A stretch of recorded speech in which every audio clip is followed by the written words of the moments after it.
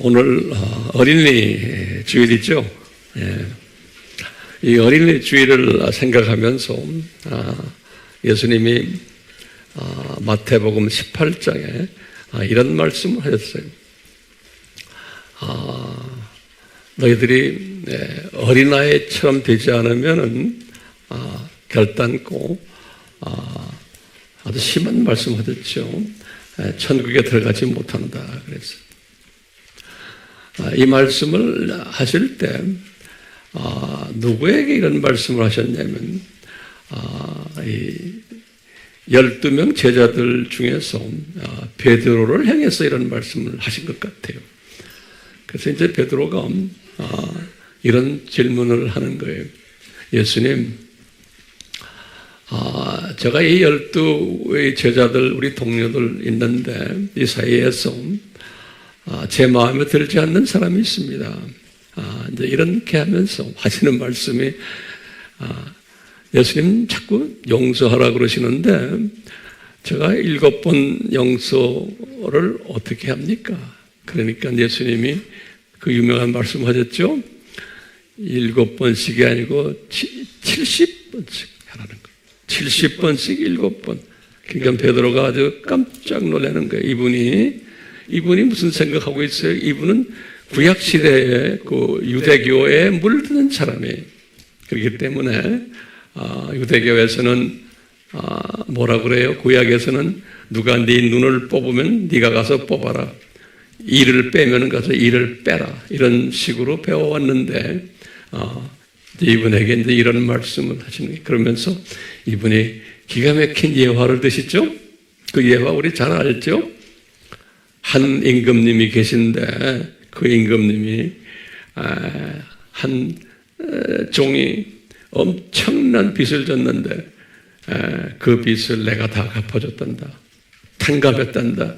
그런데 이 탕감받은 이 종이 나가가지고 길거리에 나가다가 만원 빚진 자기 친구를 만났어요. 그랬더니 소리 지르면서 내 돈 10,000원 왜 안 받느냐 하고 소리 질르던 이야기.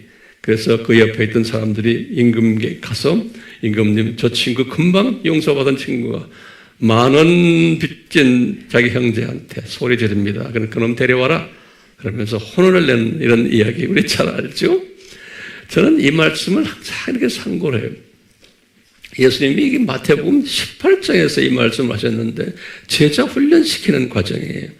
그러니까 예수님의 생각에는 너희들이 내 제자가 되려면은 네 주변의 소자들, 그래서 예수님이 소자라는 단어를 썼어요. 소자라는 것은 뭐냐? 그 당시에 조그마한 어린아이지만 뭐냐면 철없이 보는, 네가 볼 때 참 철이 없는 형제 자매예요. 그런 사람들, 네 기준에 맞지 않지만 그냥 다 안아주라는 거예요. 저는 내 평생 살면서 여기까지 가는 데는 상당히 힘들었어요. 저도 여러분들 저를 알다시피 올해 저와 같이 이렇게 신앙생활한 분들 알죠? 저도 까다로운 사람이에요. 제 성품이 본래 그래요. 그래서요. 내 마음에 안 들면 차버려 그냥. 그래서 가끔 그런 기질이 저한테 보여요. 아직도 저 있어요. 그렇지만 이 말씀을 내가 항상 묵상하고 예수님의 말씀을 묵상해요. 예수님의 종이 되려면은 모든 소자들, 부족한 사람들을 안아주는 연습을 해야겠구나. 그래서 제가 그걸 깨달은 것을 내 삶에 내가 이거 적용하는 연습을 하고 있어요.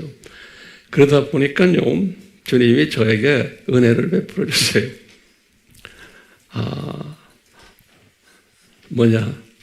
더 젊게 만드세요.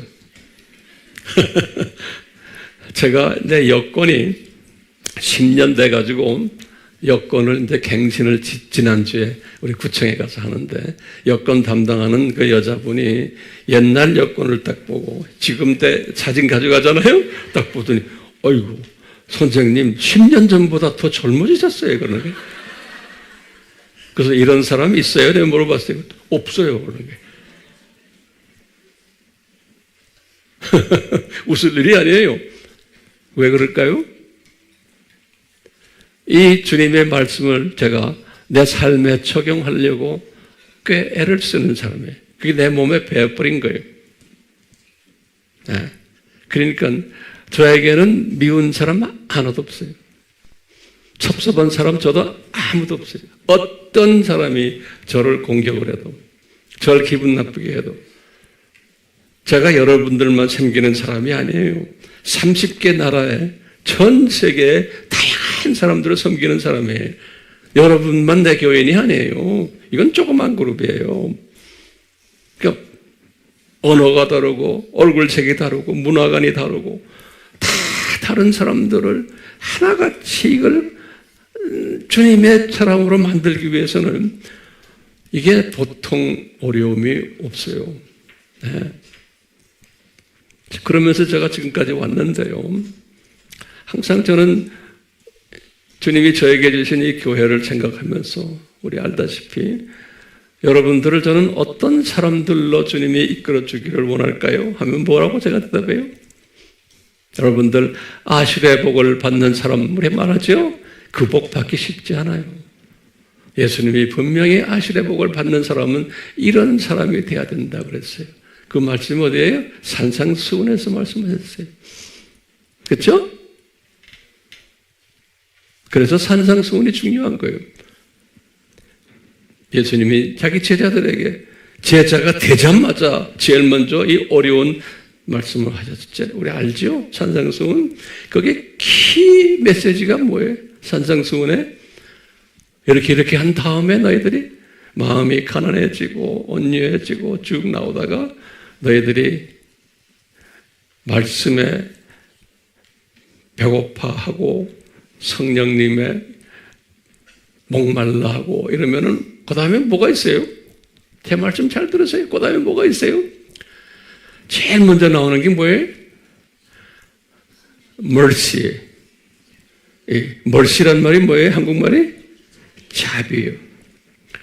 제자들에게 그런 건 니네들이 내 제자 되려면 같은 기독교 공동체 안에서 다 자비를 베풀어 줘라 그런 거예요. 그러면 아버지의 자비가 너한테 임한다는 거예요. 조건이에요. 그러니까 내가 황 목사도 마찬가지로 예수님의 자비가 항상 필요한 사람이에요. 매 순간마다. 그런데 조건이 있는 게 내가 내 주변의 사람들, 특히 우리 주 안에서 같은 공동체에 있는 우리 교인들에게 자비를 베풀어줘야 돼요. 그래야 예수님의 자비가 나한테 임하는 거예요. 그러면 여기까지. 이게 보통 어려워요? 왜냐? 대부분의 기독교인들은 이건 못해요. 왜냐하면요, 시각이, 무슨 시각이에요? 두더지 시각, 또 병아리 시각, 그 다음에 무슨 시각이에요? 참새 시각 정도 되는 기독교인은 보이는 게 다 그렇게 보이는 거예요. 내 마음에 안 들어, 모두. 그러니까 내 성격이 안 들어. 내 기준이 안 맞아 하니까 다 자비를 베푸질 못해요. 용서 못해요. 그런데요, 독수리 시각이 딱 되면은 그게 가능해져요. 신기하게도.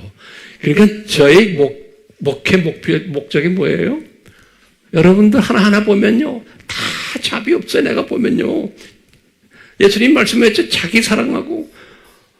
예수님이 디모데에게 디모데후서 3장에 보면요, 그랬어요. 3장 1절부터 5절까지 보면 말세가 되면 사람들이 돈 좋아하고 자기 사랑하고 자기 주의에, 그리고는 뭐라고 하냐면 원통의 힘이 있으면 절대로 풀지 않는다는 거예요.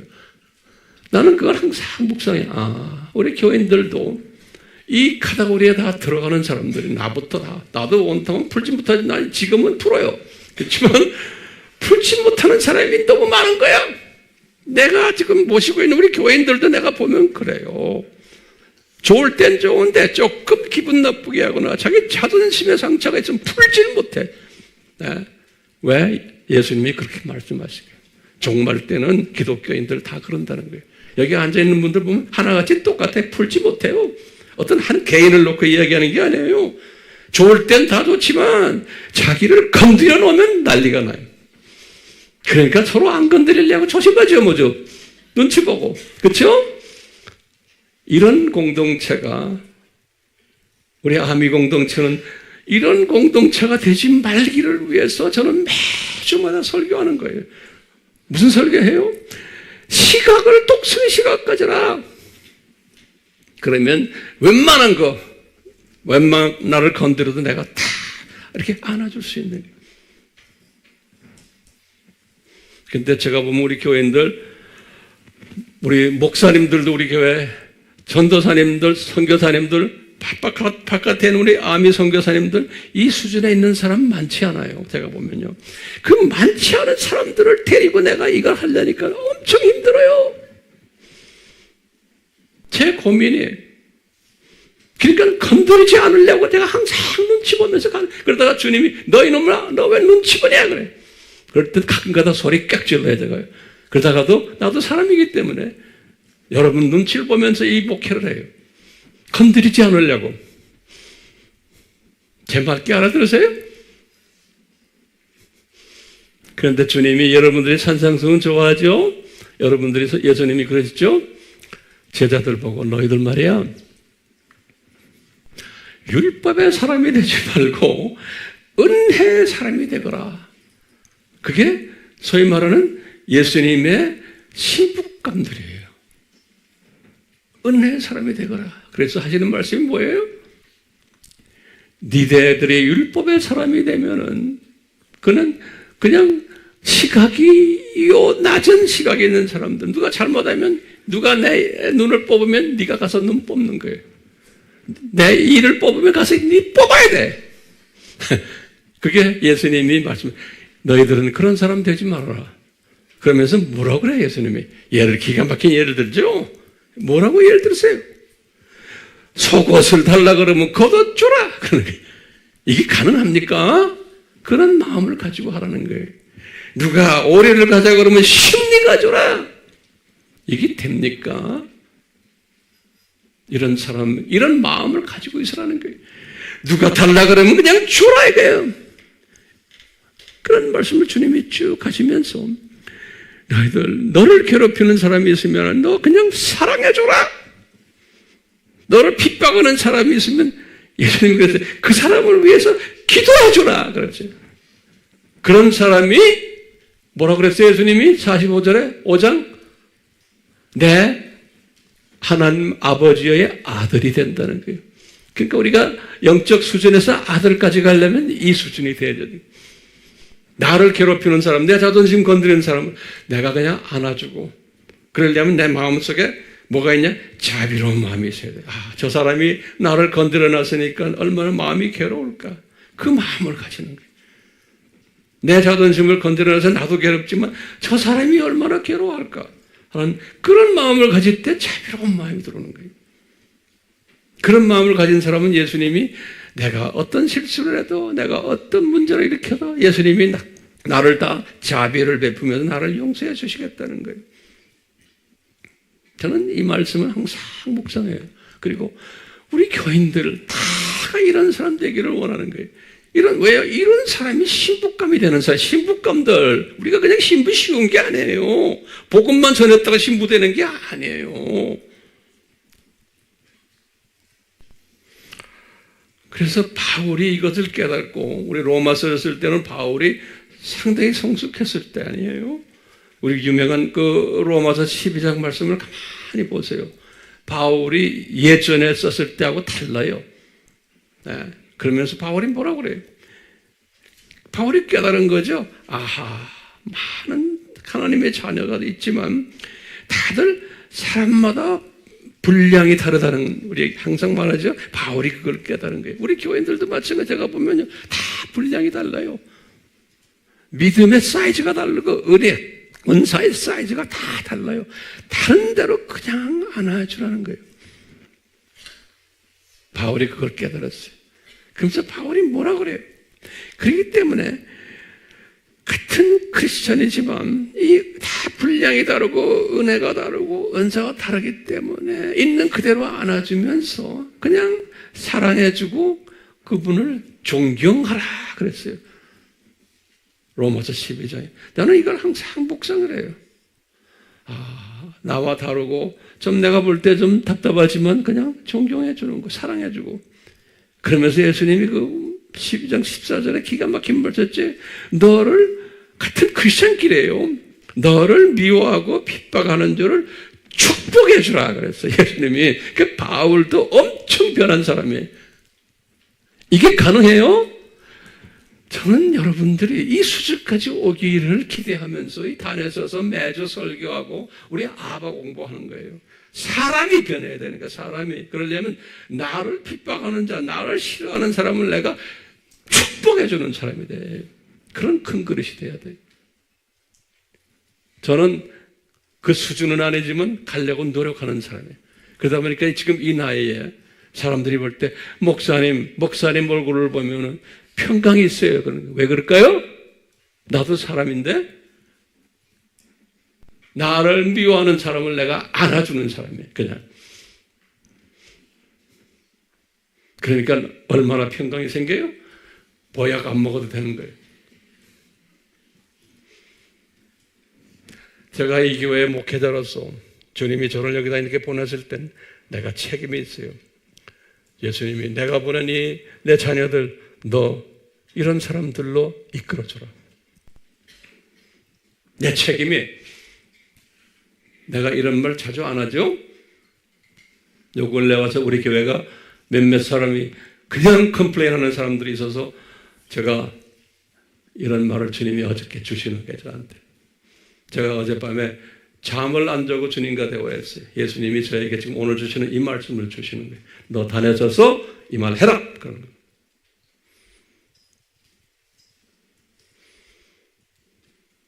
그래서 바울이 깨달았죠. 로마서 12장에 악으로 갚지 말아라.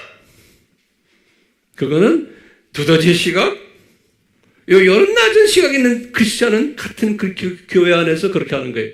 누가 잘못했으면 짜싸는 거예요. 그러니까 교회가 항상 시끄러운 거예요. 왜? 내가 뭐 잘못하면 그냥 씹어싸니까. 그 잘못한 사람이 잘못한 건 분명히 잘못한 거지만 잘못하는 사람을 안아줄 때 그 사람이 변하는 거예요. 내 말 아세요?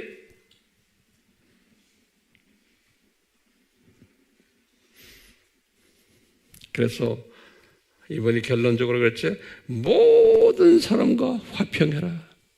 그 모든 사람과 화평하는 사람이 우리 아미 교인들이 그렇지 않지만 그렇게 되기를 제가 기대하면서 지금 이 탄에 서서 여러분들의 목회자가 되는 거예요. 모든 사람을 다 안아주라는 거예요. 왜? 바울이 깨달은 것을 우리에게 가르쳐 주신 거예요. 그거 싫으시면 안 돼요. 우리 교인이 아니에요. 저는 그런 교인이 되기를 소망하면서 여러분들을 지금 모시고 제가 목회하는 거예요. 그런 사람이 돼야지만 되는 거예요. 왜요? 우리는 이런 라이프 스타일을 가지고서 일본에 가서 전해야 되고 NK를 전해야 되고 다른 나라에 전해야 되는 거예요. 우리의 삶을 전하는 사람들이에요. 선교한다는 게 그냥 입으로 성경 말씀 전하는 게 아니에요. 우리 성경 말씀 공부하는 이유가 이런 사람이 되기 위해서 공부하는 거예요.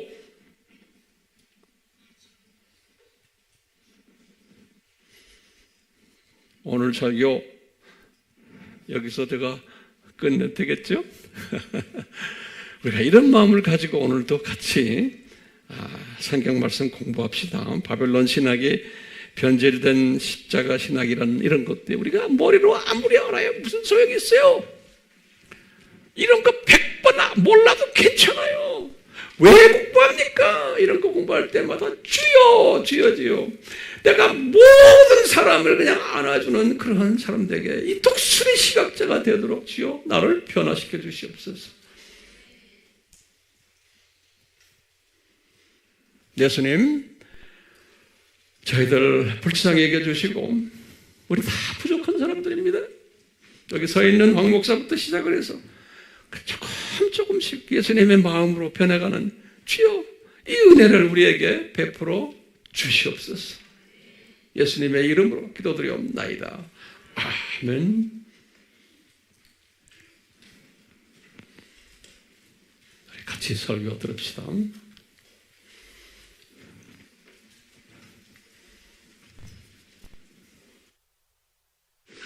우리가 던져야 되는 질문이 하나 있는데요. 그 질문이 뭐냐면 우리가 왜 두 짐승 공부를 하고 있는가요? 그러면 우리가 이런 생각을 할 때가 많아요. 황 목사님, 이 두 짐승 공부, 이것은 우리의 매일매일 삶과 특별히 직접 관계가 없는 주제가 아닙니까? 라고 질문을 던질 수가 있어요. 그리고는 이런 질문을 하게 돼요. 목사님, 내 주변에, 내 눈에 지금 보이는 문제들이 많습니다. 내 가정을 들여다보면 문제가 많습니다. 자녀들 들여다봐도 그렇고, 이 나라를 들여다봐도 그렇고, 내가 경제적인 문제, 또 서로 인간관계 문제, 특히 자녀들 문제, 제 주변에 건강 문제도 있고 무슨 문제들이 많습니다. 조금 이 나라를 들여다보면 나라가 지금 엉망입니다. 그래서 광장에도 나가서 지금 피켓을 들고 열심히 뛰고 있지 않습니까? 목사님들 또 장로님들 권사님들 수없는 크리스천들이 지금 어제도 나가서 뛰지 않았습니까? 이런 일들이 우리 주변에 지금 엄습해 오고 있는데 무슨 두 짐승 공부입니까? 이런 질문을 안 하겠어요? 할 거예요. 많은 분들이. 에?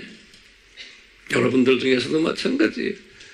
내 코앞에 문제들도 산더미처럼 있는데 뭐 이렇게 큰 이야기 합니까?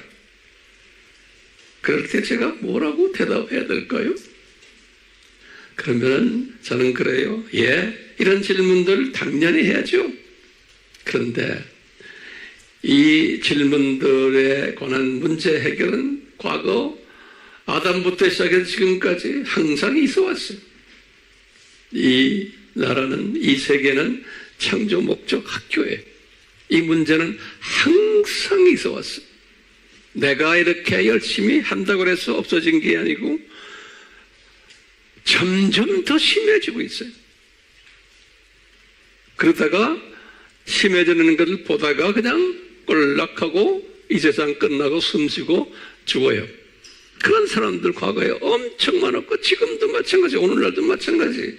이 우리나라가 지금 가지고 있는 이 문제점들을 해결하려고 그렇게 애쓰다가 때가 되면 다 이 세상 떠나버려요. 며칠 전에도 제 주변에 우리 친구들 중에서 이렇게 애국운동하는 분들 여럿 있어요. 그래서 여기저기 항상 그 메시지를 올려요. 뭐 알잖아요. 여러분들도 마찬가지죠. 뭐 여러분들 핸드폰에 그런 이야기들이 많이 오잖아요.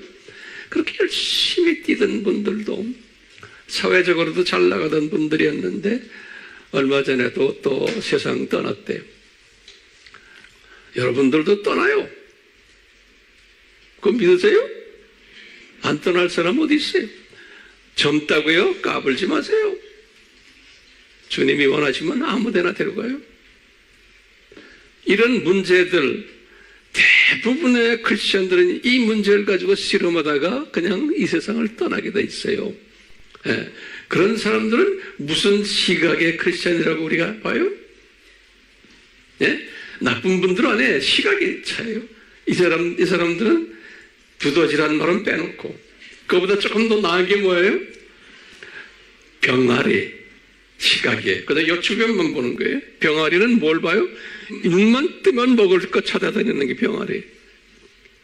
요것만 봐요. 먹는 것만. 그것도 시각이 아주 좁죠. 그거보다 좀 더 봐주면 뭐예요? 참새, 시각이.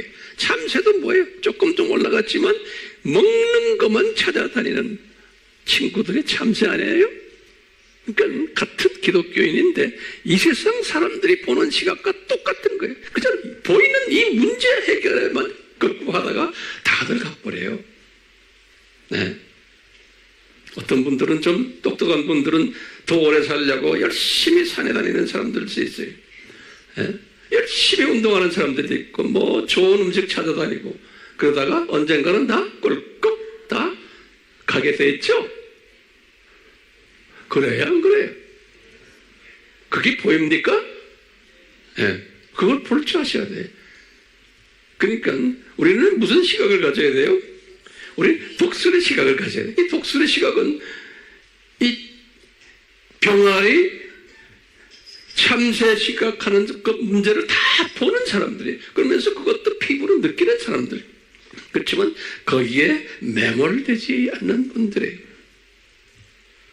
여러분들, 우리 교회는 그런 사람들이 없기를 바라요.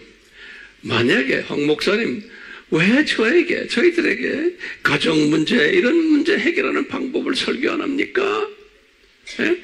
왜 건강 문제, 정치 문제, 우리나라가 지금 돌아가는 이 모든 문제들 왜 여기에 대해서는 설교 안 하십니까? 라고 물어보면 제가 뭐라고 대답할까요? 제 대답은 간단해요. 여러분들 유튜브 들여다보세요. 그러면 돼. 거기에 온갖 그런 답들이 있어요. 나한테 기대하지 마세요. 여러분 손바닥에 다 있어요. 가서 열심히 그분들의 그 문제 해결 방법을 공부하세요. 배우고 즐기세요. 그렇죠?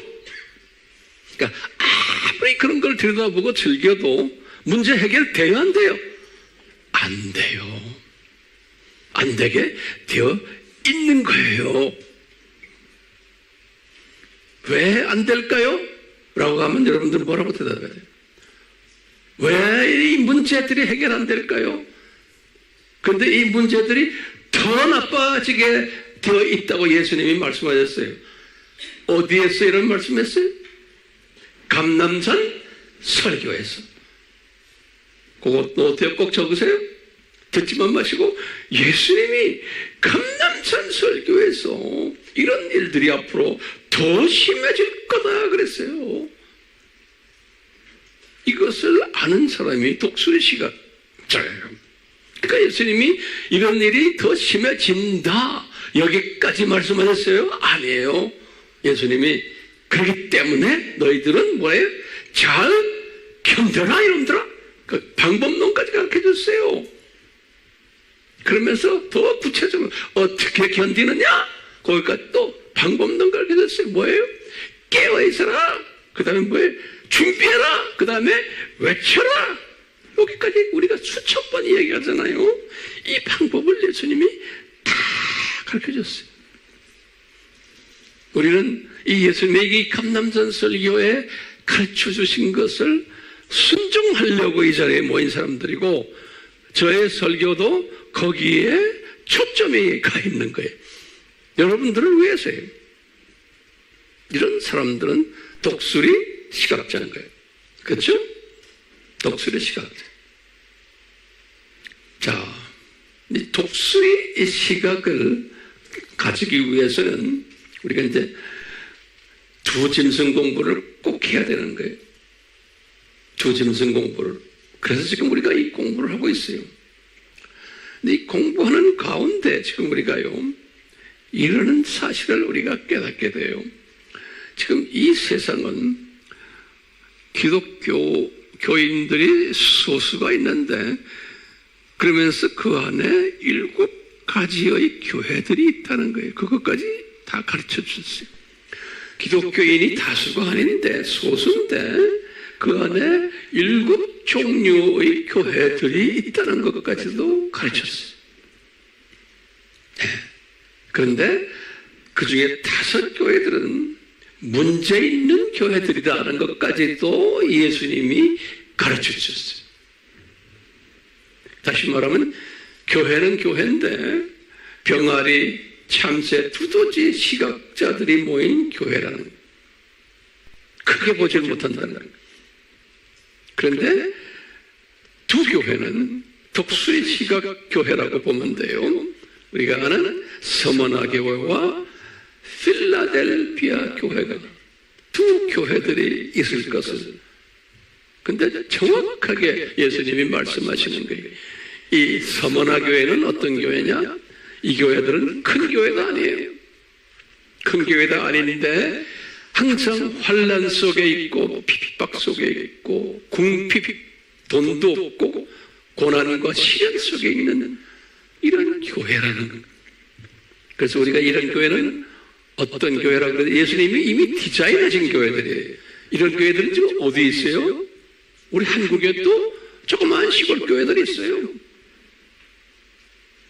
그렇지만 중동권에 있고 이슬람권에 있고 공산권에 있고 힌두권에 있고 불교권에도 있고 샤머니즘을 믿는 그러한 문화권에도 있고 심지어는 우리 이웃에 있는 신도교권에도 있는 거예요. 예수님의 디자인이에요. 예수님의 디자인이에요. 제가 항상 말하죠. 이건 누구 잘잘못이 아니에요. 예수님이 이런 서머나 교회 스타일이 있을 것을 다 이미 디자인하신 거예요. 네. 그러면서 필라델피아 교회를 거론하신 거예요. 이 교회가 뭐 하느냐? 이 서머나 교회 팀들을 잘 섬기는 교회. 근데 이 필라델피아 교회는 큰 교회가 아니에요. 그래서 작은 능력을 가지도록 해놓은 거예요. 앞에 말하는 첫 5 교회들은 다 큰 교회들이에요. 돈도 많고 뭐도 많고 한데 그 사람들은 아니라는 거예요. 하는 것 같지만 그게 아니라는 거예요. 진짜 하는 팀은 누구냐? 누구의? 필라델피아 교회가 그것을 한다는 거예요. 예수님의 디자인에 딱 보면. 그러면 정확하게 말했어요. 너는 조그만 능력을 가지고 그러면서 제일 먼저 필라델피아 교회다 하신 말씀 제가 칼럼에도 좀 썼지만 조금 자세히 말씀드려요. 첫 번째는 너희 필라델피아 교인들은 너희들은 나의 말씀을 잘 순종하는 팀이라는 거예요. 그러면 보세요.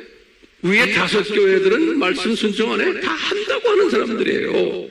근데 지금 필라델피아 교회만은 예수님이 지칭하기를 내 말을 잘 순종한다는 거예요. 다른 나머지 교회들에게 그런 말 안 했어요. 위 5 교회들은. 그러면 이 말씀이 뭔가? 그러면 우리 항상 말하죠.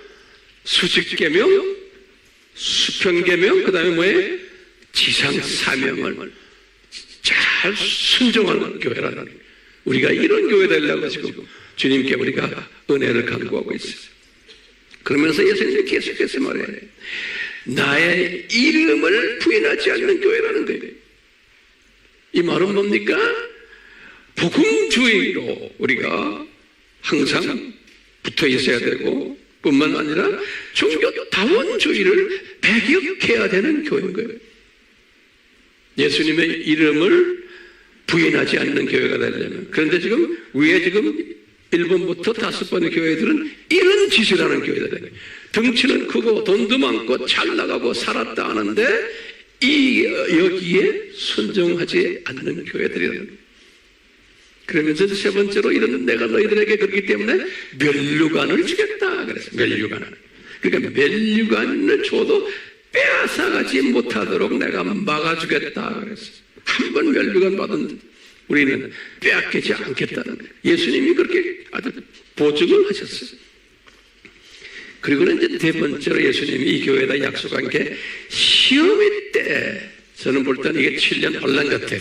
시험의 때 너희들을 지켜주겠다. 시험의 때, 그러니까 시험 받지 않도록 또는 시험을 통과를 해도 지켜주겠다. 들림받는 교회. 마지막으로 뭐냐면 내가 너희들을 하나님의 성전의 기둥이 되게 하겠다 그랬어요. 이 말은 제가 이렇게 말했죠. 천년왕국 때 통치자들이 되게 하겠구나. 예수님의 신부로서 또 신천신지에서도 이렇게 하게 하시겠구나. 이런 약속이 있기 때문에 저는 우리 교회가 저는 이 교회를 개척하고 시작할 때부터 이 비전을 가지고서 제가 여러분들을 섬겨왔어요. 지금도 그렇고 앞으로 제가 이제 주님 나라에 갈 때까지. 그럼 이 교회의 사명이 뭘까요? 간단하죠? 우리는 지금 유튜브를 통해서 또 뭘 통해서 뭐합니까? 지금 1번에서 5번 있는 5 교회들이에요. 이 교회들 속에 숨겨져 있는 하나님의 예정된 자들을 우리가 섬기는 일을 하고 있어요. 그 안에 숨겨진 하나님의 예정된 자들이 있어요. 그래서 우리 주님이 우리의 이 메시지들을 주님이 사용하시는 거예요. 우리 교인이 아니래도 그게 우리 사명인 거예요. 두 번째 사명이 뭘까요? 이분들에게 우리가 메시지를 보낼 때마다 이분들 중에 우리 메시지를 받고는 어떻게 해요? 잘 견디는 사람이 나오고 깨어있고 준비하고 외치는 사들이 나오게 돼 있는 거예요. 이것이 우리 교회의 사명 중에 사명이에요. 우리 내민족들, 우리 민족들 중에서 그 다음에 이제 타민족들, 다시 말하면 타민족 중에서 서머나 교회 팀들이에요. 이분들에게도 똑같이 우리가 이 같은 메시지를 전해주는 거예요. 이분들이 잘 견디게, 이분들이 준비 잘하게, 깨어있게 준비 잘하게 외치도록 하는. 그래서 우리가 지금 NK 사역도 그래서 하는 거고, 우리가 지금 신도교 일본 사역도 그래서 하는 거고, 나머지 모든 우리가 30여 개의 나라들 다 이 서머나 교회 사람들이에요. 이분들을 우리가 지금 섬기고 있는 게, 이게 우리 교회의 비전이에요. 그래서 주님이 여러분들을 우리 교회에 보내주셨어요. 제가 다시 말합니다. 여러 가지 문제 있는 가정사역, 무슨 사역, 뭐 이런 것들은 여러분들 그쪽 교회 가시든지 안 그러면 손바닥에서 그분들의 메시지를 들으시면 돼요. 됐어요? 자, 우리가 지금 이 필라델피아 교회가 되기로 인정받기 위해서 저나 여러분들이 지금 오늘도 주일 예배를 지금 드리고 있어요. 네. 이런 과정 속에서 우리가 지금요, 두 짐승 시리즈를 공부하고 있어요. 앞으로 두 짐승 시리즈 계속 이제 하게 될 거예요. 네, 아마도 금년 가득하지 않을까 하는 생각이 들어요. 그래도 괜찮겠죠? 네. 이 두 짐승 시리즈를 지금 공부를 우리가 쭉 하고 있는데, 그 중에 요즘 와서 우리가 지금 뭘 하고 있어요? 이 바벨론 신학에 대해서 지금 공부를 하고 있어요. 바벨론 신학. 왜? 이 두 짐승 그룹들이 바벨론 그룹들과 이게 연계되어 있는 팀들이에요. 그래서 이제 바벨론 신학을 우리가 공부하면서 이 마리아 신학을 우리가 공부를 해왔어요. 그리고 또 뭘 공부했어요? 성인 숭배 신학을 우리가 공부해오고 있어요. 오늘은 거기에 이어서 이 변질된 십자가 신학을 공부하려 그래요. 이 변질된 십자가 신학이에요. 예. 굉장히 중요한 분야인데요. 예. 제가 오늘도 공부하겠지만 조금 더 자세히 또 다음 계속 좀 주님이 하게 하실 것 같아요. 이 변질된 십자가 신학에 오늘은 그 서론적인 측면을 우리 간단히 공부하려고 그래요. 근데 간단히가 아닐 것 같아요. 예. 자, 그렇지만 잘 들어보세요. 이 십자가 신학이에요. 근데 이 변질시킨 십자가 신학이에요. 그러면요, 우리 한번 노트에 하나하나 우리 정리합시다. 이 변질된 신학, 이 십자가 신학이 언제 시작이 되었나? 라고 한번 질문을 던져봐요. 그러면 쟤는 이렇게 생각해요. 이 노아의 홍수 때, 홍수 끝나고 우리 니무롯이 나타났잖아요. 그 다음에 세미라미스, 또 누굽니까? 담무지. 예. 이렇게 나왔는데, 그러면서 이제 당시 세계가 이제 이 바벨론 신학으로, 바벨론 문화로 이제 갈려 있을 때, 여러 가지 문헌들을 이렇게 보면요, 그 당시에, 이 담무주라는 그 이름을 단무주는 영어로는, 한국말은 담이지만 영어로는 탐무지예요. 이렇게. 네. 이 단무주라는 이름이 이 메소포타미아 지역에, 그쪽에서는 이 단무주, 여기 영어로는 T죠. 똑같이 그 나라 사람들도 요 T라는 T가 타우라고 그래요. 타우. 요 메소포타미아 지역의 언어로 T를 타우라고 그래요. 타우. 예. 그런데 이분들이 단무지에 T를 사용해가지고 여기서 이때 십자가를 만든 거예요. 그래서 이 바벨론 십자가는, 바벨론 종교의 십자가는 요 T예요. 이렇게 돼 있어요. 요 십자가예요. 그러니까 T 십자가예요. 알겠어요? 예. 이 T 십자가는 이분들에게 무엇을 주는 십자가인가 하면, 우리 이 세미라미스가 뭘 준다고 그랬어요? 다산, 부요, 장수, 행운, 뭐 번영, 이런 것들 다예요. 우리 세상 좋아하는 것들이요. 그래서 이제 이분들의 생각은 T 십자가가 이런 것을 주는, 복을 주는, 다산, 부요, 번영, 장수, 행운을 주는 그런 상징으로 믿어왔어요. 저 T 십자가, 타우 십자가가요. 네. 그러니까 우리 보다 알다시피 지금 우리 노아의 홍수가 2500이죠. BC.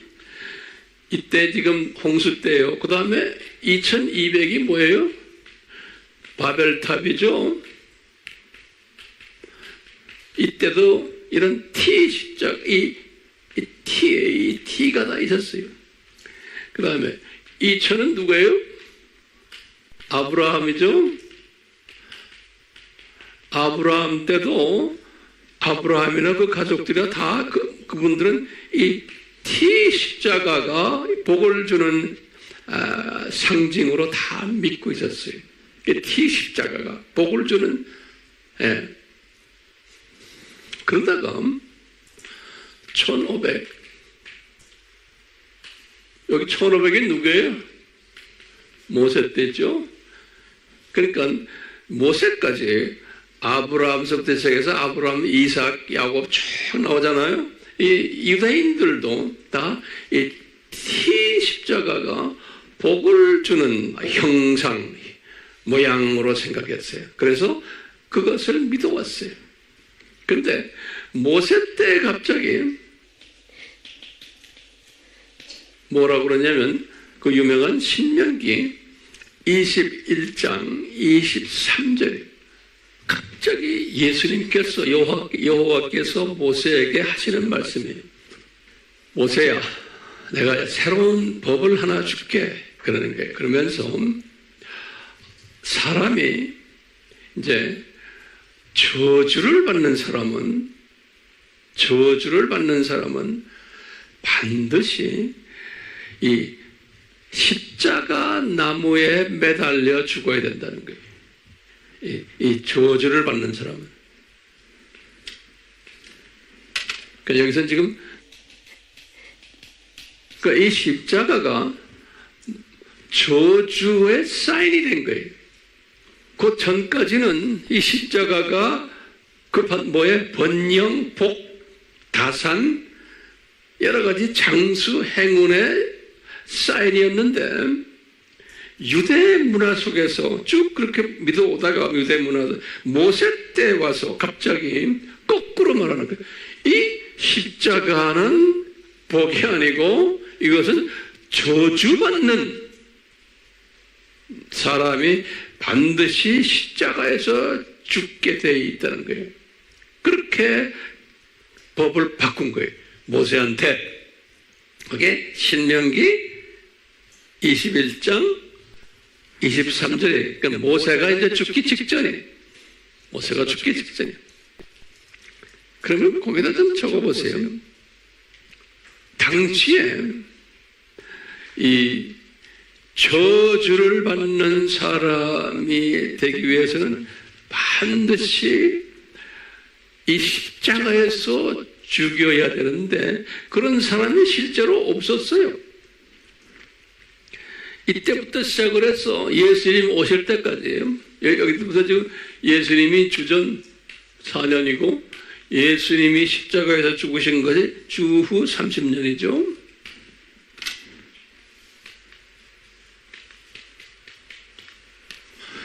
이때까지요. 이때까지 예수님 외에는 십자가에서 죽은 분이 없어요. 예수님 외에는. 이렇게 법을 만들어 놨지만, 그러니까 지금 유대 문화 속에서 십자가에 죽는 분 예수님 당시에 딱 강도 두 분하고 지금 예수님하고 딱 세 분만 지금 십자가에서 지금 죽는 장면이. 그러면 웬만한 사람들, 아주 중죄를 지은 사람들, 다시 말하면 살인자들이나 이런 사람들을 죽이려면 그 노트에 꼭 좀 적어놓으세요. 어떤 방법으로 죽였을까요? 그러면 거기다 하나하나 보세요. 십자가 방법 외에 다른 방법들이 있었어요. 참수시키는 거예요. 목 잘라내는 거예요. 그렇게 해서 죽이기도 하고, 또는 돌로 쳐서 죽이기도 하고, 또는 이 목을 이렇게 매서 이렇게 목을 이렇게 뭐라 그래? 그걸 영어로는 행잉하는 거, 교수형으로 죽기도 하고. 이런 방법을 여러분들 노트에 꼭 적으세요. 가르치는 사람은 꼭 알고 계셔야 돼. 또는 화형, 불로 태워 죽이기도 하고, 또는 그 당시에는 맹수에게 집어던지기도 하고, 또는 독살시키기도 하고, 이런 식으로 사람들, 악한 범죄자들은 죽였지 십자가에 매달려 죽이는 일은 없었어요. 기록에 보면. 네. 이렇게 법은 만들어놨지만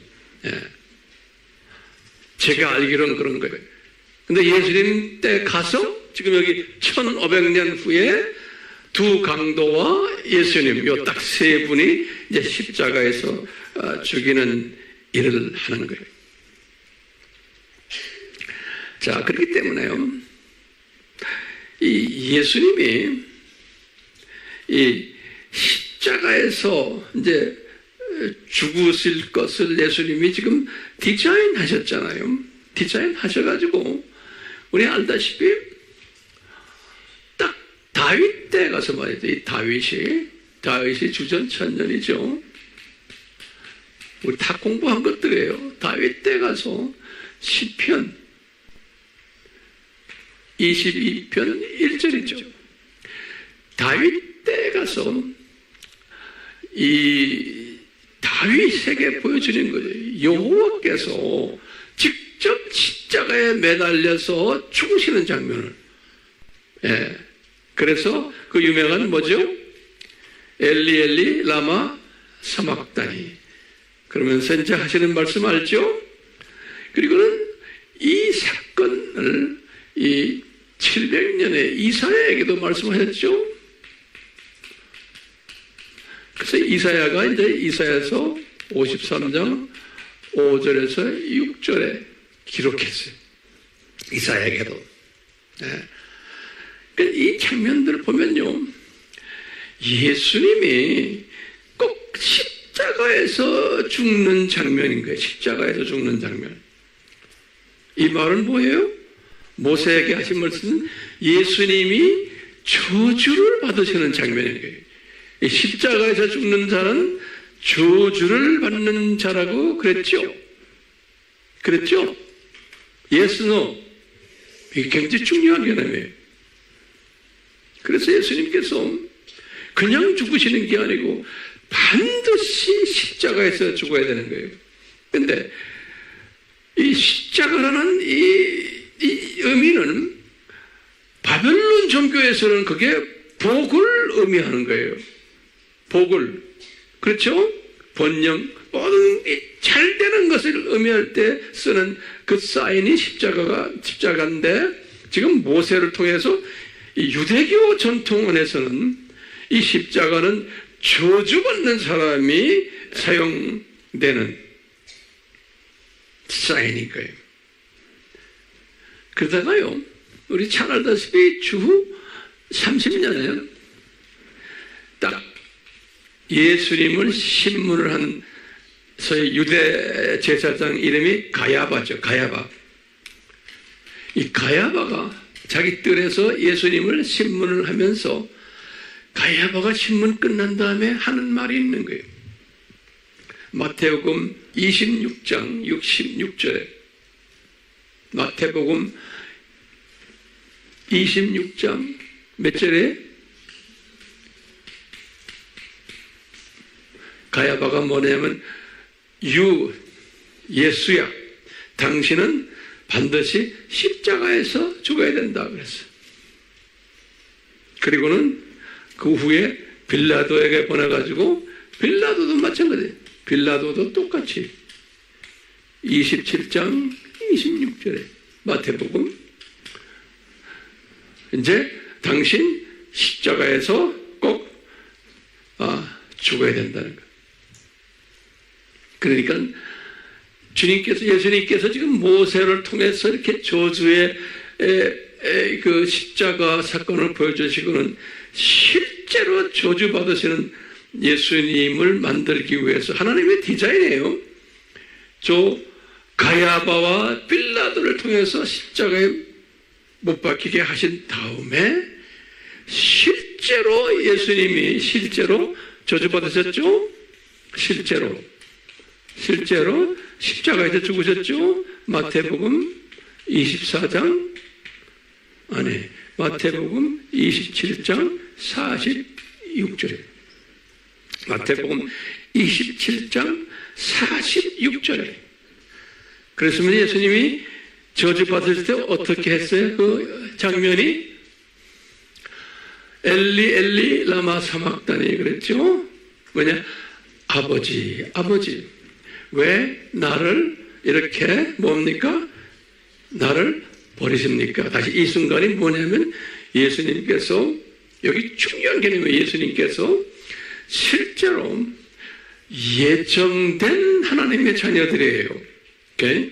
예정된 하나님의 자녀들의 과거의 죄들, 현재의 죄들, 미래의 죄들을 다 떠맡으시는 순간에 이 십자가 사건은, 그렇기 때문에 예수님이 그들의 모든 죄들을 떠맡으시니까 너무나 그것이 무거우니까 예수님이 이렇게 말씀하신 거예요. 예수님께서. 자, 그러면 우리 한번, 제가 많이 설명했지만 하나님의 자녀들의 죄가 뭡니까? 하나님의 자녀들의 죄. 예? 죄가 뭐예요? 무슨 죄예요?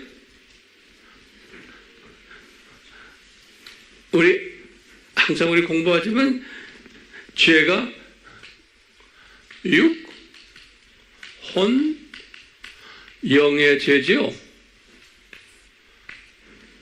육, 혼, 영의 죄인 거예요. 이 세 부분이 뭡니까? 본래 처음 복을 받았을 때는 어떻게 했어요?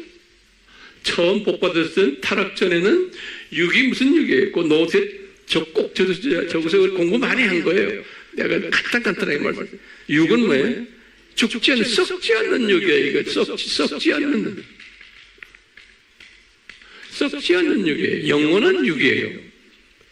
처음에 아담이 받은 복은, 혼은 뭐예요? 하나님의 형상을 닮은, 다시 말하면 이 하나님의 성품을 닮은 그 복이에요. 그 다음에 영은 하나님의 입김이 들어가서 하나님의 호흡이 들어가서 창세기 2장 7절에 이분 완전히 하나님의 자녀가 된 거예요. 하나님의 자녀. 하나님의 성품, 하나님의 자녀가 된 이 복이에요. 예. 근데 아담이 타락하면서 어떻게 됐어요? 타락하면서 저주를 받은 거예요. 저주. 어떤 저주? 육의 저주, 혼의 저주, 영의 저주예요. 어떤 저주? 육의 저주는 뭐예요? 우리가 지금 시간 속에 들어온 거예요. 시간 속에. 그래서 우리가 썩는 육이 된 거예요.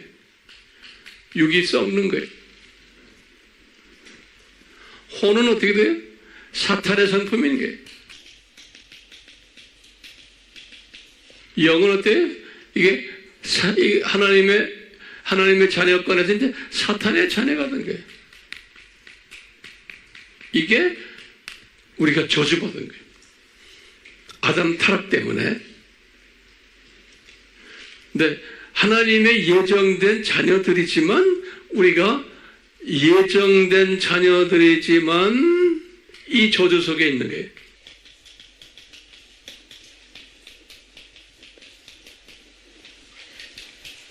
저주 속에 있는 거예요.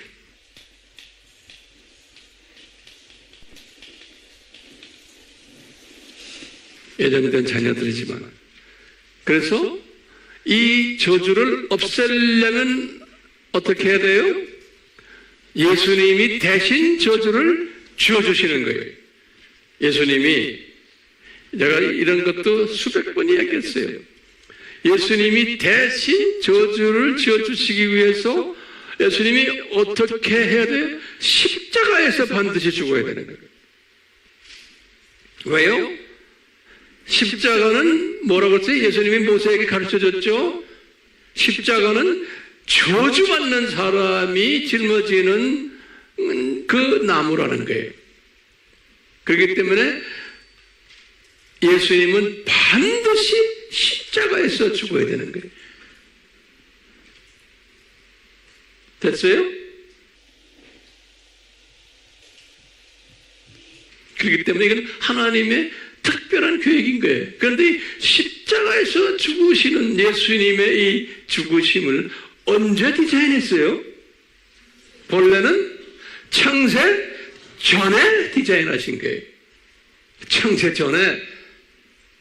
그러니까요, 예정된 하나님의 자녀들을 위해서, 이게 창조 목적 학교예요. 이분들이, 하나님의 자녀들이 본래 처음에 만들어질 때는, 아담을 만들 때는 복을 줘가지고 아담 타락 때문에 이 세상 속으로 7,000년 이 세상에 들어와가지고 7,000년 이 세상에 들어와가지고 다 하나님의 자녀지만, 예정된 자녀지만 저주 속에서 살고 있는 거예요. 모두가 저주 속에서 살고 있다는 것은 뭐예요?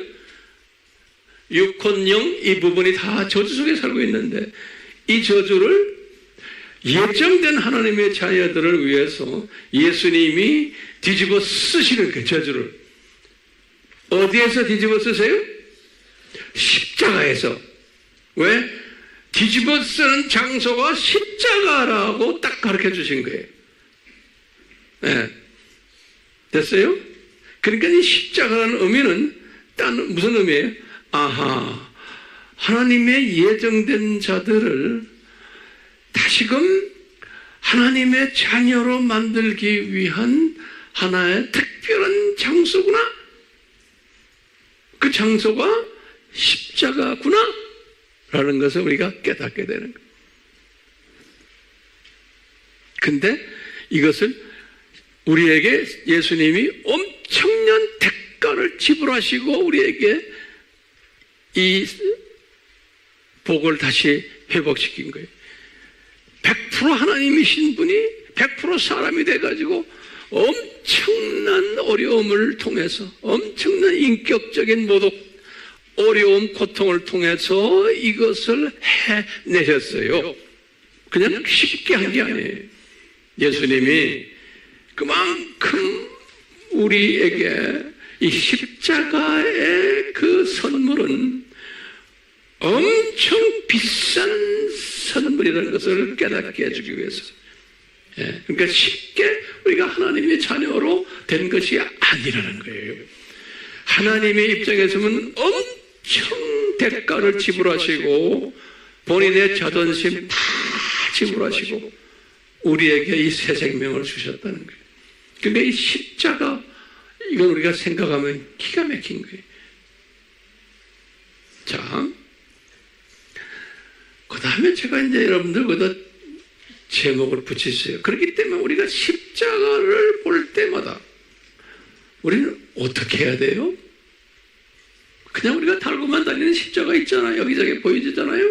이 십자가를 볼 때마다 우리는 이 예수님의 이 엄청난 디자인을 우리가 항상 묵상해야 돼요. 그냥 지나가면 안 돼요. 24시간 묵상해야 돼요. 저는 묵상해요. 묵상하다 하면서 주님 감사합니다. 이 못난 저희들을 들여다보면 할렐루야 할렐루야 하다가도 또 조금 기분 나쁘면 또 그냥 악을 쓰고 딴 사람 되는 사람들 우리 다 해. 우리 다 좋은 사람이었다가 조금 기분 나쁘고 자기 자존심 건드려 놓으면 그냥 완전히 마귀 새끼 돼버려요. 그게 크리스천들이에요. 하나님의 자녀들이에요. 모두. 그게 옆 사람 보세요. 다 똑같아요. 다 착한 사람처럼 보이죠? 자기 자존심 조금만 건드려 놔봐요. 지랄해요. 지랄. 그게 사람 새끼들이요. 미안해요. 사람 새끼라고. 그게 그런 사람들을 위해서 예수님이 다 뒤집어 쓰신 거예요. 뒤집어 써서 하나님의 자녀가 됐는데도요. 지금 예수님의 이 십자가의 보혈의 이 가치를 모르니까 목에다가 십자가 달고 다니는데 말로는 십자가 하고 막 찬송 부르는데 조금만 건드려나 보세요. 완전히 마귀 새끼 돼버려요. 그게 사람이요. 그러니까 그런 사람을 우리가 안아줘야 되는 거예요. 저는 목회자로서 그런 사람을 안아줘야 되는 책임을 가진 사람입니다. 어떤 사람은 나한테 잘해줘요. 목사님 나중에 기분 나쁘면 그냥 딴소리하고 돌아다니는 거 다 알아요. 알지만 그냥 다 안아주는 거예요. 그런 사람이라는 걸 여기 앉아있는 사람은 100명이면 100명 다가 그래. 200명이 다 그래요. 한 사람도 예외 없어요. 황 목사님 좋죠. 근데 황 목사님도 기분 나쁘게 해봐요. 다들 지랄해요. 모두 미안해 이런 말 써서. 그게 사람 새끼들이요. 그러니까 여기에서 졸업한 사람은 그게 예수님의 신복감들이에요.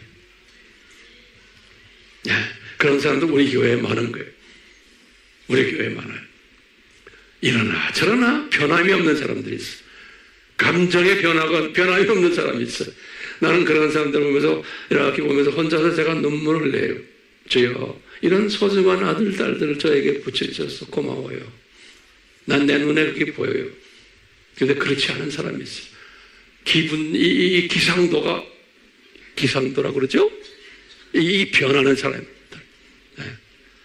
불안해. 그러니까 그런 사람들 보면 언제 또 변할까 하고. 그러니까 항상 좋게 해줘야 돼. 그러니까 항상 잘해줘야 돼요. 그렇죠? 그래야 성실 안 내죠.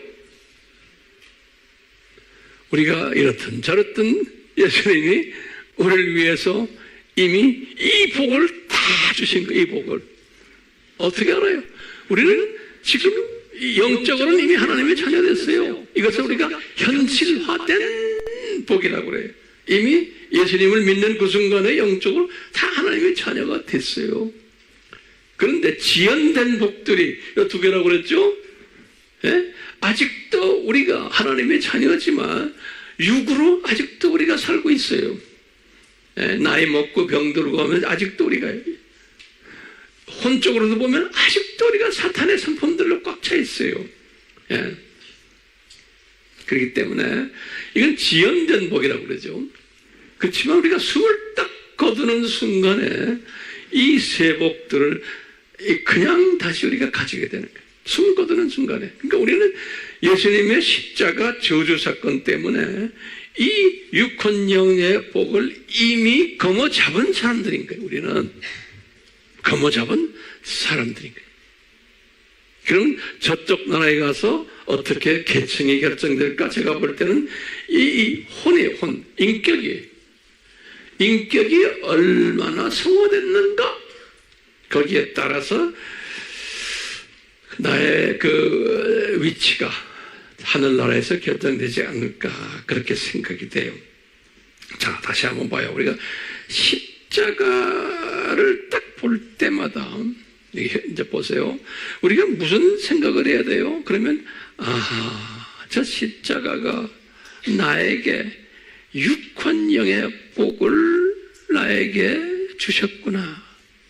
이걸 항상 묵상하는 게.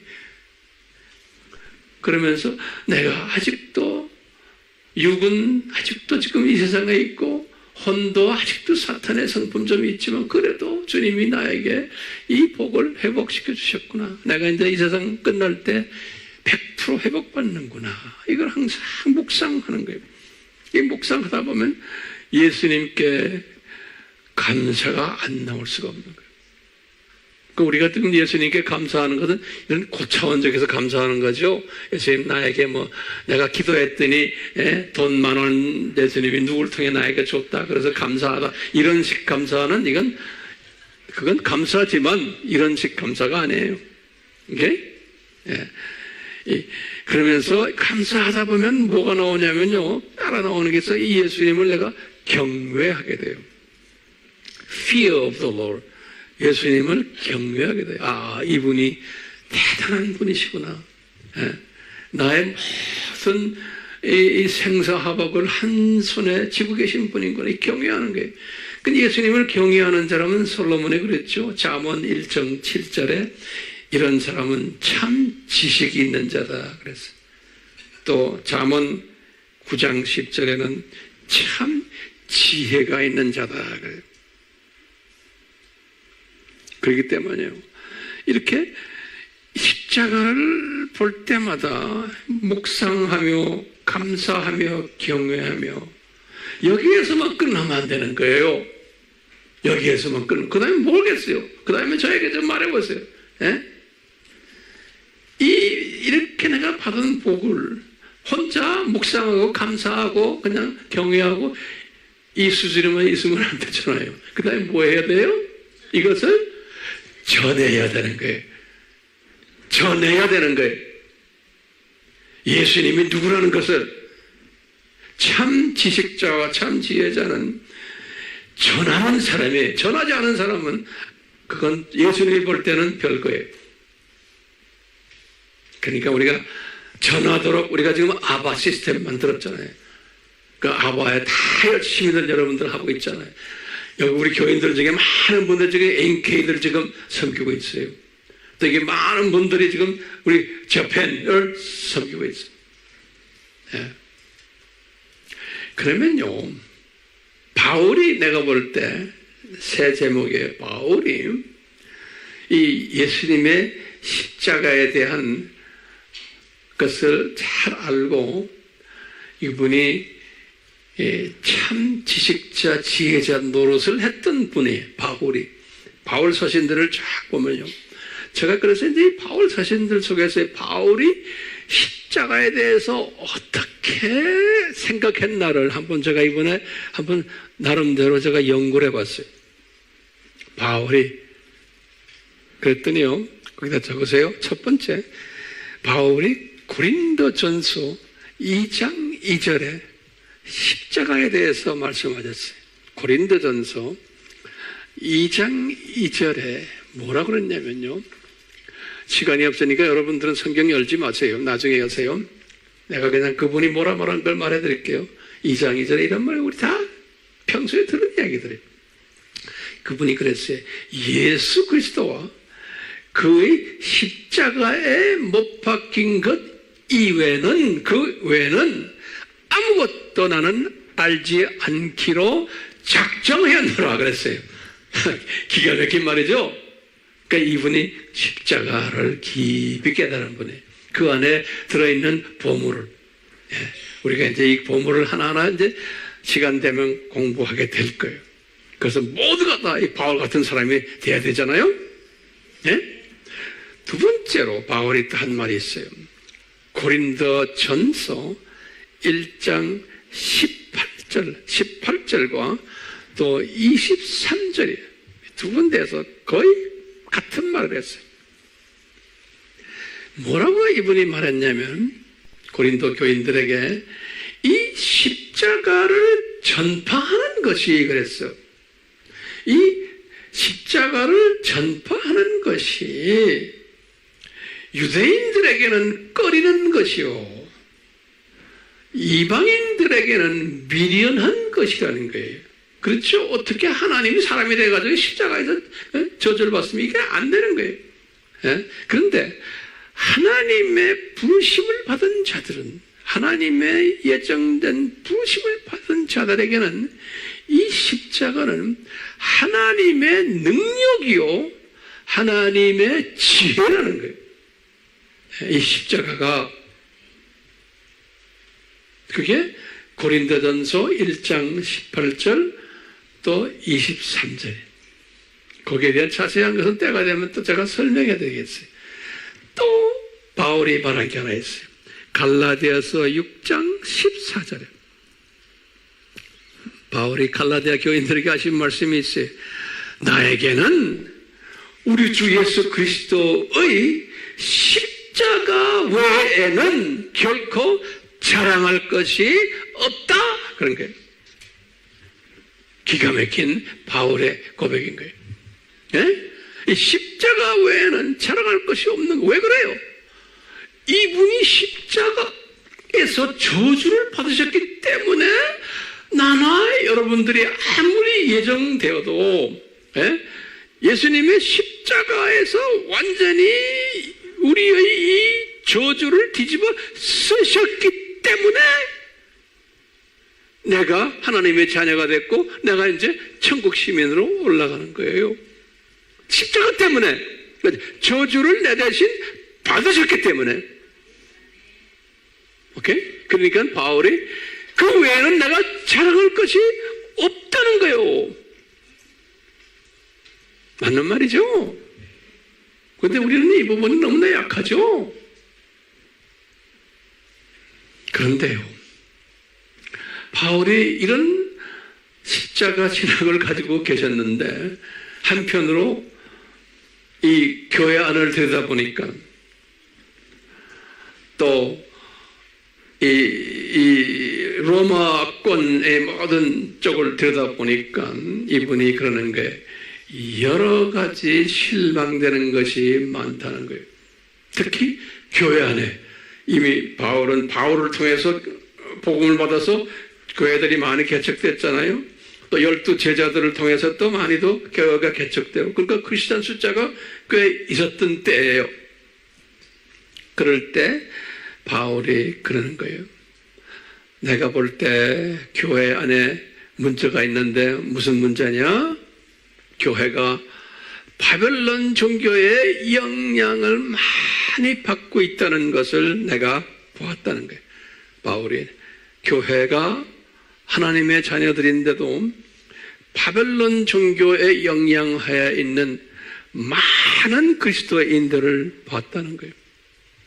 그러면서 이분이 뭐라고 표현하냐면요, 이분들은 십자가의 원수 행위를 하는 자들이다 그랬어요. 바울이 그런 단어를 썼어요. 십자가의 원수 행위를 하는 자들이다 그랬어요. 아주 심한 표현을 했어요. 그러면서 오늘 제가 성경 오늘 본문이에요. 빌립보서 3장 18절에서 21절. 빌립보서 3장 18절에서 21절에 그러면서 이제 3장 그중에 1번 그래요. 1번 뭐냐? 이분이 그런 게 많은 크리스천들이 십자가의 원수들로 행동하고 있단다. 그런 말을 했어요. 빌립보 교인들에게 3장 18절에 그러면서 이제 두 번째 3장 19절에 바울이 이런 말을 했어요. 그들의 종말은 멸망이란다 그랬어요. 기가 막힌 말이에요. 그러니까 교회는 다니는데 그분들은 종말이 지옥 간단다 그런 거예요. 교회는 다니는데, 그러면서 19절에 계속해서 하는 말이 있어요.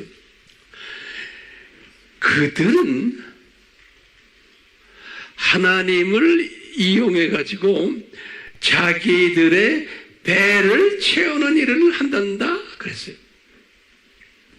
좀 이따 우리가 더 설명할 거예요. 그리고는 그들은 지금은 인간적으로는 영광받지만 그들은 수치 속에 들어간단다 그런 거예요. 지금은 다들 영광받는 사람처럼 보이지만 교회 안에서 19절에서 계속해서 또 하는 말이 있어요. 그들은 땅의 것만 생각한단다 그랬어요. 땅의 것만 생각한단다. 이제 이런 사람들이 있다는 거예요. 근데 이분들은 이제 우리가 지금 기독교인들인데 이 바벨론 문화 속에서의 그 문화들을 기독교회 안에 갖고 들어와 가지고 그 문화에 그냥 시키는 대로 그 문화대로 사는 사람들 말이에요. 그러니까 이 십자가를 저주의 십자가를 보지 않고 십자가를 뭐로 보는 거예요? 바벨론 종교에서는 복 받는 걸로, 이 세상에 복 받는 걸로 생각하고 있단다. 자, 그래서 이제 3장 20절에 이런 말을 했어요. 그 유명한 말이에요. 이 사람들은 우리가 하늘나라의 시민권자인 것을 모르고 있단다 그러는 거예요. 그러니까 그렇지 않은 사람들은 교회 안에서 하지 않은 게 우리는 하나님의 시민권자들이다. 하늘의 시민권자들이다. 그리고는 그 다음에 말이 중요해요. 20절 마지막에 보면 이들은 예수님이 재림에 올 것을 기다리는 자들이다 그랬어요. 요 시민권자들을 가지고서 다시 말하면 지금 땅에 가서 생각하지 않는 사람들이, 그러면서 이제 21절에 이들은 예수님이 오실 때 영광스러운 몸으로 변화될 사람들이다. 다시 말하면 들림받아서 신부감이 되는 사람이다. 이렇게 이제 알고 계시면 돼요. 이 기가 막힌 말씀을 했어요. 자, 이 말씀을 조금 제가 풀어보려고 그래요. 간단하게. 자, 첫 번째요. 이들이 자기들의 배를 채우는 일을 한다 그랬어요. 십자가의 원수되는 일 중에 하나가 뭐냐면 교회 안에서 교회에 사는 사람들인데 십자가를 달고 다니면서도 그 십자가를 진짜 십자가에 대한 원수의 행동을 하는 자들이다. 왜 그럴까요? 자기네 배를 채우기 위해서 십자가를 사용한다는 거예요. 그래서 십자가를 크게 달고 다니고 다 한다는 거예요. 여기저기 붙이고 다니고 십자가에 가서 인사도 하고 기도도 하고. 왜 그래요? 예수님 그랬어요. 이분들이 십자가를 지금 오용하는 거예요. 이게 무슨 뜻일까요? 첫 번째, 십자가를 향해서 물질 복을 받기 위해서 기도한단다 그런 거예요. 이 십자가가 자기네한테 바벨론 종교의 스타일이에요. 물질 복을 주는 십자가로 생각한단다. 그 기복용이에요. 그 다음에 뭐냐면 건강을 위해서 십자가에 앞에 가서 기도한단다. 또는 위험에서 보호받기 위해서 십자가에 가서 기도한단다. 또는 장수 받기 위해서 십자가에 가서 기도한단다. 이런 짓들을 한다는 거예요. 예. 또 어떤 분들은 보세요.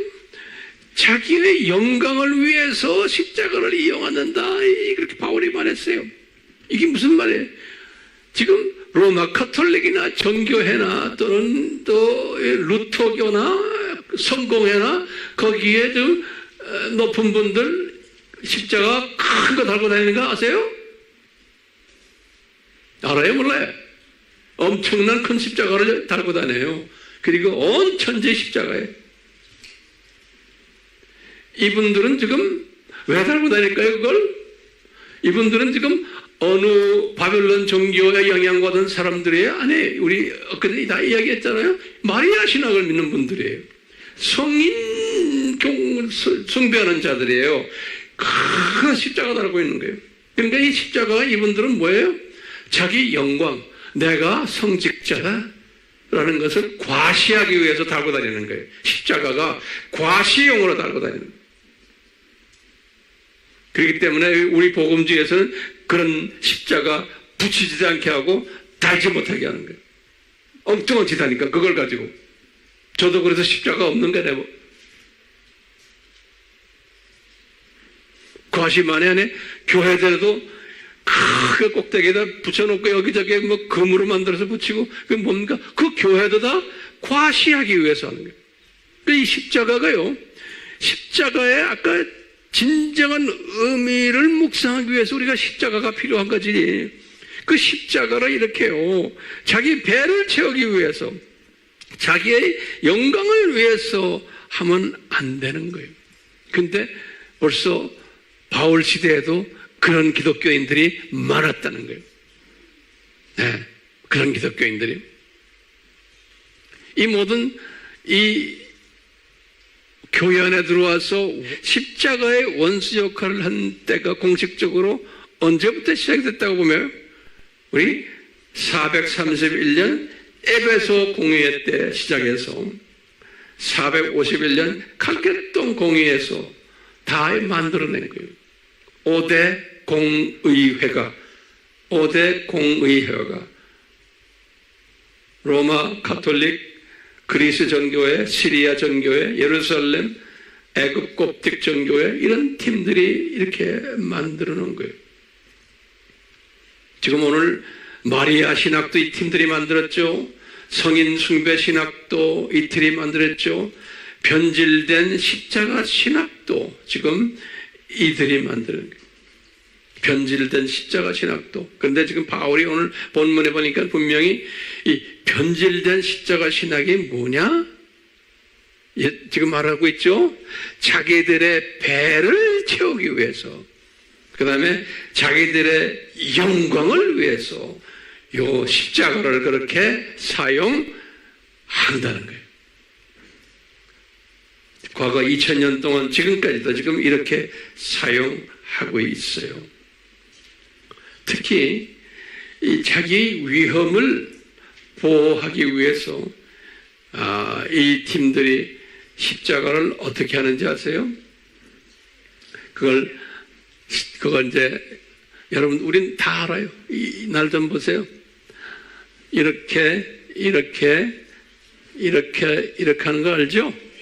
이게 뭐냐면요, 십자가 성호라고 그래요. 거기다 적어서 십자가 성호. 예. 영어로는 또 sign of the cross 그래. 성호.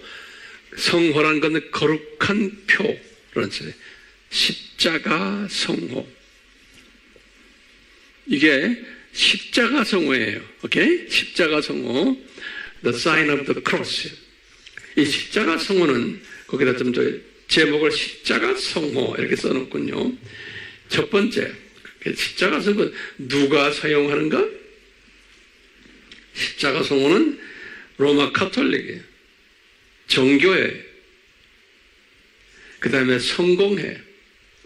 지금 루터교도 교인들은 안 사용하지만 목사님 수준에서는 다 이걸 다 사용해요. 이 루터교, 가톨릭, 정교회, 성공회, 루터교. 그러면 언제 사용하는가? 두 번째, 그럴 때 첫 번째, 모든 기도할 때와 그 다음에 예배 드릴 때 시작할 때 먼저 그걸 거요. 성호를. 그 다음에 다 끝날 때 또 거예요.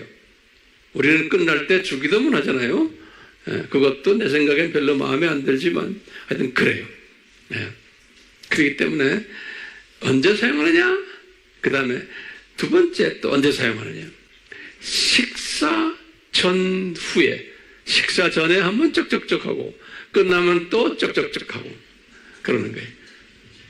우리 눈에 다 보이죠? 이 성호하는 거예요. 자, 세 번째는 언제 또 사용하느냐? 중요한 일을 시작할 때, 이분들에게는 꼭 이거예요. 중요한 일을 시작할 때요. 왜냐하면 이것이 꼭 성공적으로 돼야 되기 때문에 그런 거예요. 그 다음에 네 번째는 언제 시작하느냐? 어려운 일과 위험한 일이 있을 때.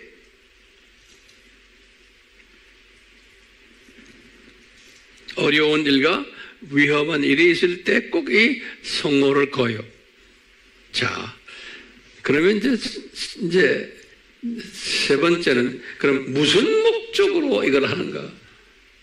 무슨 목적으로 이 성호를 걷는가? 라면 첫 번째, 악을 쫓아내기 위해서 그러는 거예요. 악을 쫓아내기 위해서. 두 번째는 이 악을 멀리하기 위해서 그러는 거예요. 여러분들 축구 시합을 할 때나 뭐 운동할 때 남미 사람들 어디 사람들 이거 하면서 하는 거 보이죠? 예? 멤버 체인지 할 때 딱 끝나고 나와서 또 이거 하고 또 들어가고 나갈 때도 이거 하고 다 하죠? 그냥 막 이거 하죠 그냥. 그게 몸에 배 있는 거예요. 왜요? 나 볼 잘 차게 도와주세요 이거예요. 그리고 잘 차게 해주시니 감사합니다 하고 나와서 이것도 하는 거예요. 안 하면 죽는 줄 알아요. 자, 이것이 어떤 방법으로 하는가에 제일 보세요. 어떤 방법으로 하는가. 그 다음에 방법론을 가르쳐 줄게요. 예, 이제 십자가를 그리는 거예요. 그 십자가를 어떻게 그리는가? 항상 먼저 오른손 가지고 해요. 오른손 가지고 이마를 딱 갖다 대요. 이 이마를 이분들은 성부 하나님으로 생각해요. 이마를. 됐어요? 그리고는 성부 하나님께 먼저 내 오른손 갖다 댔다가 왜 오른손 왼손이 아닌가? 그 다 이유가 있어요. 왜냐하면 우리 마태복음 25장에 보면은 25장 33절에 보면 칭찬받는 양이 오른편에 있었어요. 그 다음에 욕먹는 염소가 왼편에 있었어요. 그래서 양, 염소 비유 알죠? 마태복음 25장에. 알죠? 그 들림받는 비유예요. 그러니까 오른쪽에 있는 게 그게 좋은 거예요. 그래서 오른손을 쓰는 거예요. 그 왼손잡이들도 절대로 왼손 쓰면 안 되는 거예요. 오케이? 자, 오른손 가지고 처음에 어딜 갖다 대요? 이마에 갖다 대는 거예요. 그건 누구예요? 성부 하나님이에요. 그 다음에 어디다 내려오냐면 이 가슴으로 내려와요. 이 가슴은 성자 하나님을 상징하는 거예요. 성자 하나님. 그 다음에 성령 하나님은 어떻게 하느냐? 여기 보면 왼쪽, 오른쪽 이렇게 하는 거예요. 그래서 오른쪽에서 끝나는 거예요. 요 양쪽 어깨 있죠? 네. 왼쪽 어깨를 시작해서 오른쪽에서 끝나는 거예요. 그게 성호를 걷는 방법이에요. 오케이? 이 성호를 가톨릭 사람들은 다 걷죠? 얼마나 편해요? 그렇지만 그게 몸에 배뿌린 거예요. 왜냐? 악을 쫓아내고 악을 멀리 한다는 개념이, 그리고 도움받는다는 개념이 있고, 여러 가지 개념들이 있는 거예요. 자, 이것을 칼케톤 공의회 때 만들었다 그래요. 칼케톤이 451년이죠? 예, 이렇게 돼 있어요. 자, 그러면서요, 이제 제가 결론 말씀이에요. 드디어 결론이, 예, 오늘은 십자가에 관한 얘기는 이 정도만 해도 돼요. 그런데 결론 말씀을 드려요.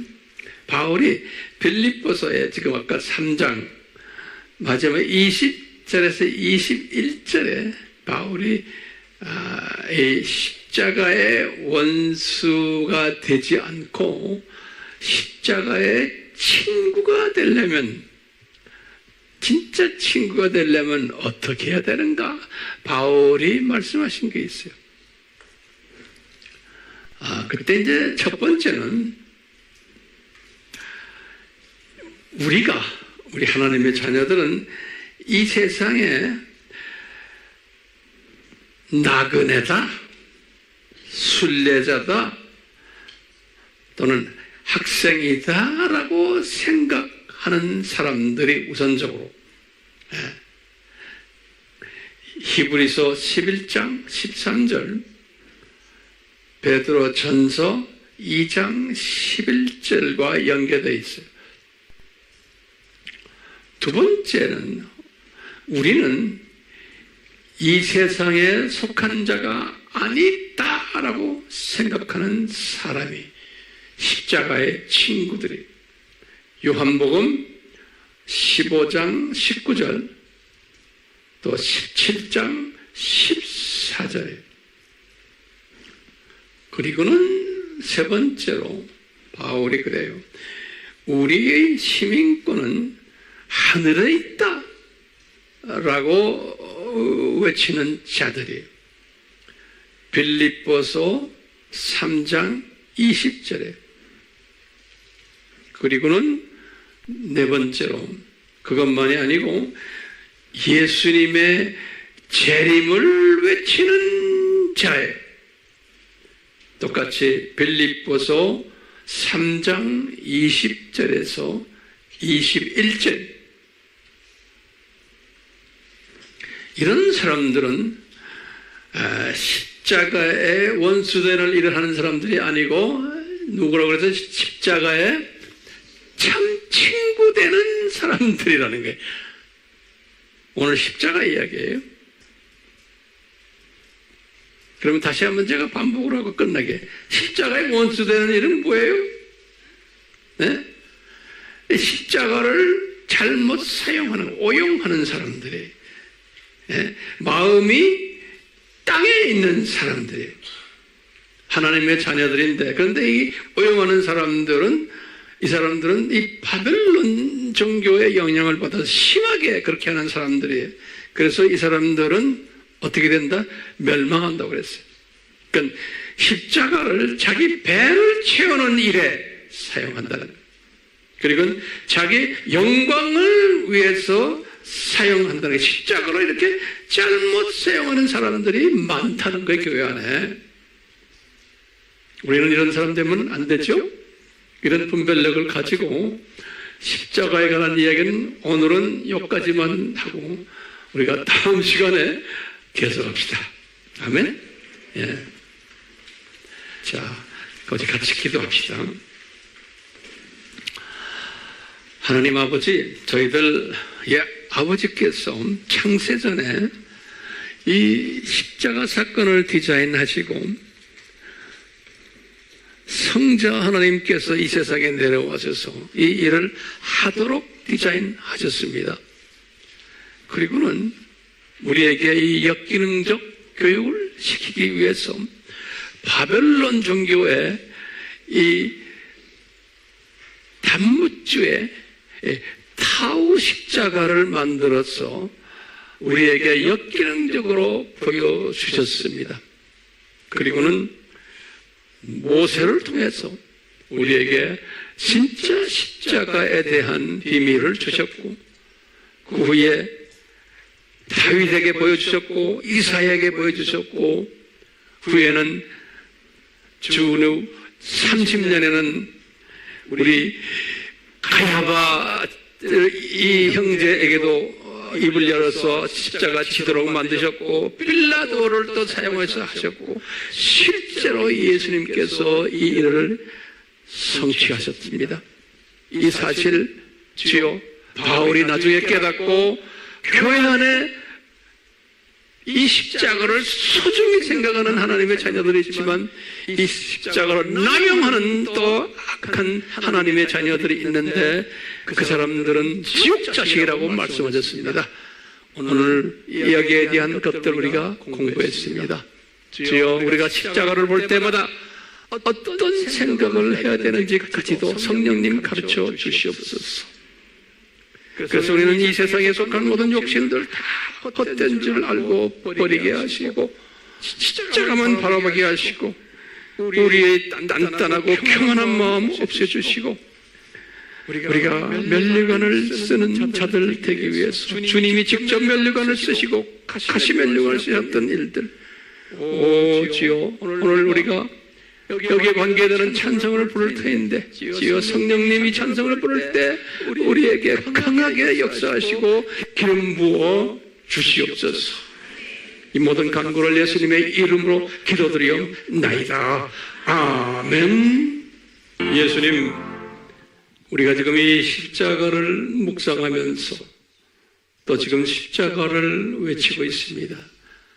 예수님, 우리 한 분 한 분에게 예수님의 손을 우리 머리 위에 얹혀주시고 성령님의 강한 임재하심과 기름 부으심이 임하게 하셔서 이 십자가의 이 깊은 그 속에 담겨진 삼위 하나님의 뜻과 사랑을 조금이라도 깨달을 수 있고 깨닫는 것만이 아니고 내 삶에 적용하며 겸손히 예수님 앞에 무릎을 꿇는 귀한 아들들, 딸들 되도록 그리고 이것을 외치는 자들이 되도록 주여 은혜 베풀어 주시옵소서.